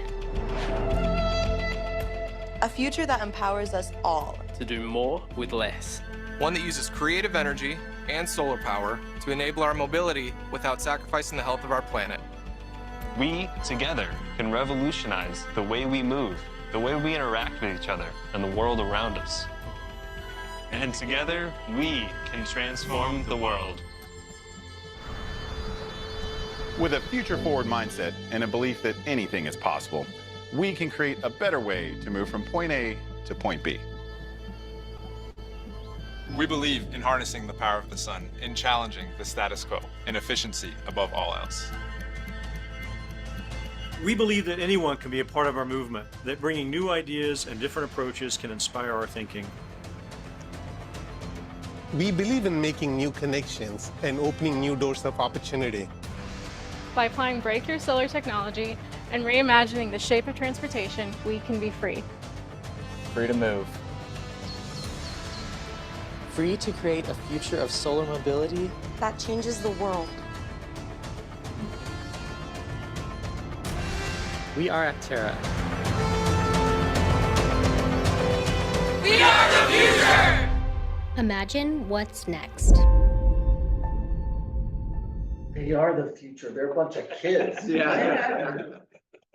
Okay, 72 hours. that's good. Some last questions before we go to David Lowy talking about what his adventure has been this last few days.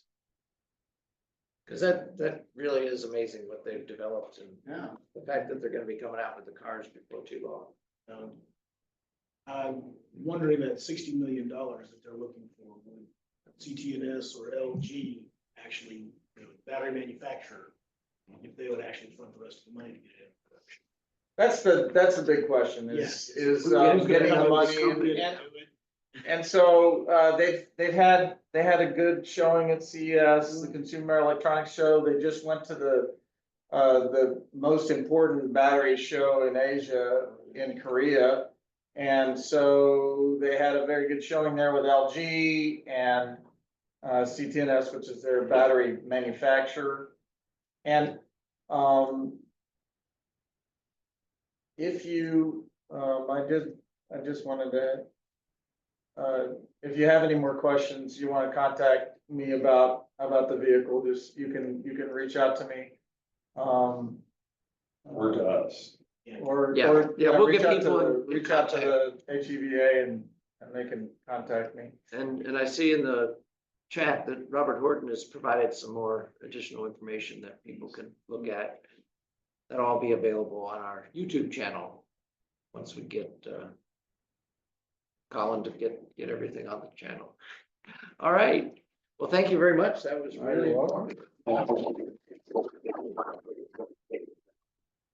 Okay, we're already past 8:30, but I want to hear from David Lowy and.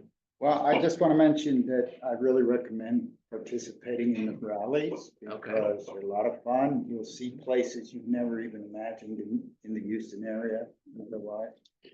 And it requires a driver, a navigator, and it's helpful to have a third person in the car as an observer and interpret the instructions because they're often vague. Good to know. And mysterious. And Colin and I tested one out.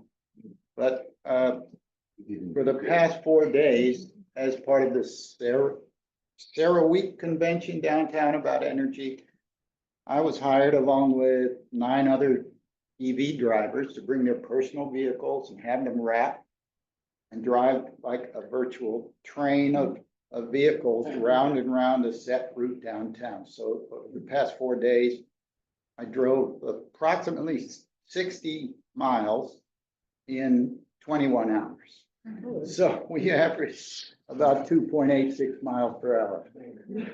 Not something I really want to do again, but wrapping the car is impressive, and I would do it just in my regular drive to represent some company. But the last thing I want to say is we've been working on a proposal for a radio program to represent Houston Electric Vehicle Association, a weekly program on KPFT.